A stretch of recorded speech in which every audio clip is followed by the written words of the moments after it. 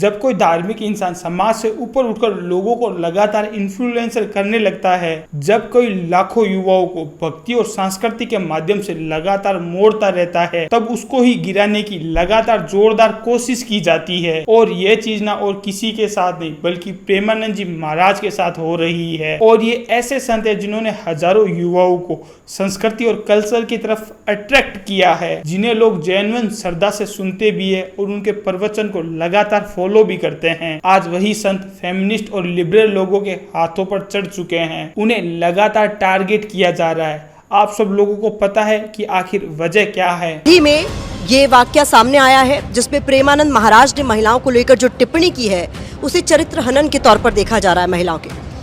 ऐसे में सोसाइटी क्या सोचती है और सोसाइटी में लोग महिलाओं को लेकर क्या सोच रखने लगेंगे, तमाम तरह के सवाल उठ खड़े हो। बस एक छोटी सी क्लिप काटकर जानबूझकर अफवाह भी फैलाई जा रही है। असल में प्रेमानंद जी महाराज लड़का और लड़की के जो लिविंग रिलेशनशिप के अंदर बात कर रहे हैं, और वो भी दोनों जेंडर के लिए। सुशीला जी, राधे राधे महाराज जी। भाई जी, आजकल के समय में बच्चे चाहे अपनी पसंद से शादी करें या माता पिता की पसंद में, दोनों ही परिस्थिति में परिणाम अच्छे नहीं आते। ऐसे में हम कैसे पता लगे अच्छे आएंगे कैसे? अच्छे आएंगे कैसे? आजकल बच्चों और बच्चियों के चरित्र पवित्र नहीं है, तो अच्छे कैसे आएंगे? मान लो हमें 4 होटल के भोजन खाने की जबान में आदत पड़ गई है, तो घर की रसोई का भोजन अच्छा नहीं लगेगा। जब 4 पुरुष से मिलने की आदत पड़ गई है, तो एक पति को स्वीकार करने की हिम्मत उसमें नहीं रह जाएगी। ऐसे ही जब 4 लड़कियों से व्यभिचार करता है, तो वो अपनी पत्नी से संतुष्ट रहेगा, उसे 4 से व्यभिचार करना पड़ेगा, क्योंकि उसने आदत बना ली है। अब आजकल बहू मिलना और या पति मिलना बड़ा मुश्किल है। लेकिन सोशल मीडिया के ऊपर लड़कियों वाला हिस्सा काटकर जानबूझकर तरीके से उसको वायरल भी किया जा रहा है। 100 में कोई 2-4 कन्याएं ऐसी होंगी जो अपना पवित्र जीवन रखकर किसी पुरुष को समर्पित होती होंगी। कैसे वो सच्ची बहू बनेगी? जो 4 लड़कों से मिल चुकी वो सच्ची बहू बनेगी। और ऐसा नैरेटिव फैलाया जा रहा है कि देखिए प्रेमानंद जी महाराज लड़कियों के प्रति कितना अनटचेबल नैरेटिव रखते हैं। और इस प्रोपोगेंडा को प्रूफ करने के लिए पूरा लिबरल समाज पूरी तरीके से एक्टिव हो चुका है। कुछ लोगों ने तो ये बात बोल दी है कि ये तो पाखंडी है, और सिर्फ अधूरी ही क्लिप सुनकर लोगों को बहलाया और फुसलाया जा रहा है। न्यूज चैनल वाले भी टीआरपी लाने के लिए झूठे प्रोपोगेंडा के वीडियो भी चला रहे हैं। सवाल पूछा जा रहा है कि आखिरकार प्रेमानंद महाराज इस तरीके से महिलाओं के अपमान वाले ये बयान कैसे दे सकते हैं? किस आधार पर प्रेमानंद महाराज की तरफ से ऐसे महिलाओं को कटघरे में खड़ा कर दिया गया कि 100 में से 2-4 कन्याएं ही समर्पित होती होंगी, और सारा समर्पण, सारी नैतिकता, इसकी उम्मीद या इसका दारोमदार, इसकी जिम्मेदारी सिर्फ और सिर्फ कन्याओं और महिलाओं के कंधों पर ही क्यों? और न्यूज 24 ने भी इस तरीके के बयान दिए।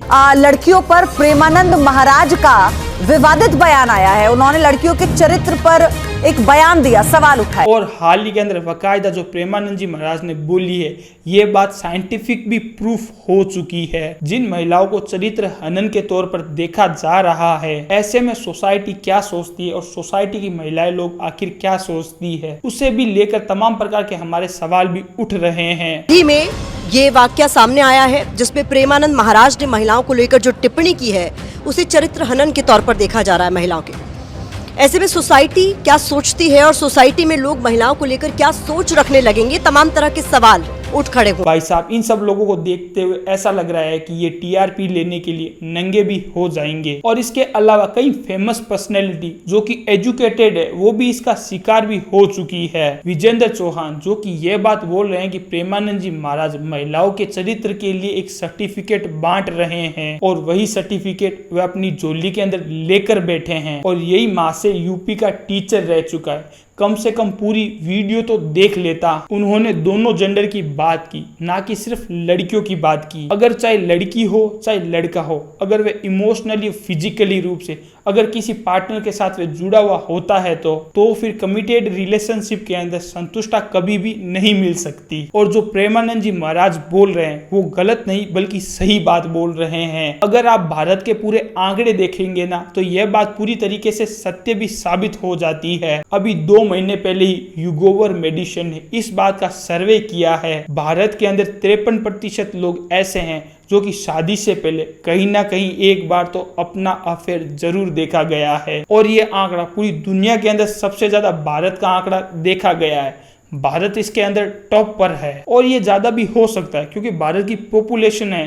लेकिन पॉपुलेशन के साथ साथ ये आंकड़ा और भी कई ज्यादा है और इसके अंदर कोई भी नहीं, आधे से ज्यादा तो बच्चे लोग शामिल थे। एक रिपोर्ट के अंदर यह भी बताया गया है कि भारत और ब्राजील के अंदर चीटिंग के मामले सबसे ज्यादा देखे गए हैं। मिंट जो कि एक इंडियन कंपनी है, इसके द्वारा एक भारत के अंदर पूरा सर्वे किया गया था। उन्होंने सर्वे किया तो इस सर्वे के अंदर यह बताया गया था 55% लोग ऐसे थे कि भारत के अंदर कभी ना कभी उन्होंने अपने पार्टनर के साथ कभी ना कभी धोखा जरूर किया है, जिनमें से 56% वुमेन थी और 50% आदमी थे। और कुछ रिश्ते ऐसे थे जिन्होंने शादी के बाद भी अपना अफेयर लगातार बनाए रखा है। भारत के अंदर 47% कैजुअल सेक्स किया है और भारत के अंदर ही 46% अंदर वन नाइट स्टैंड वाली पार्टी की है। कुल मिलाकर 53% वुमन और 43% मेंस ने कहीं ना कहीं फिजिकल रिलेशनशिप जरूर बनाया है। आज आधे से ज्यादा लोग यह बात मानते हैं कि फिजिकल रिलेशनशिप बनाना कोई गलत बात नहीं है। एक सर्वे रिपोर्ट अनुसार यह बात बोली गई है कि शादी के अलावा भी उन्होंने जो रिश्ते बनाए हैं वो अपनी पत्नी के साथ फिर कभी भी खुश नहीं रह पाएंगे। और ये जो प्रेमानंद जी ने बात बोली गई है ये साइंटिफिक भी प्रूफ होती है। और ये जो लोग हैं जो प्रेमानंद जी के लगातार विरोध कर रहे हैं ये कहीं ना कहीं गलत है और ये जानबूझकर ये प्रोपोगेंडा फैलाया जा रहा है सिर्फ और सिर्फ टीआरपी की वजह से। आप सब लोगों का क्या कहना है आप मुझे कमेंट सेक्शन के अंदर जरूर जवाब दीजिए।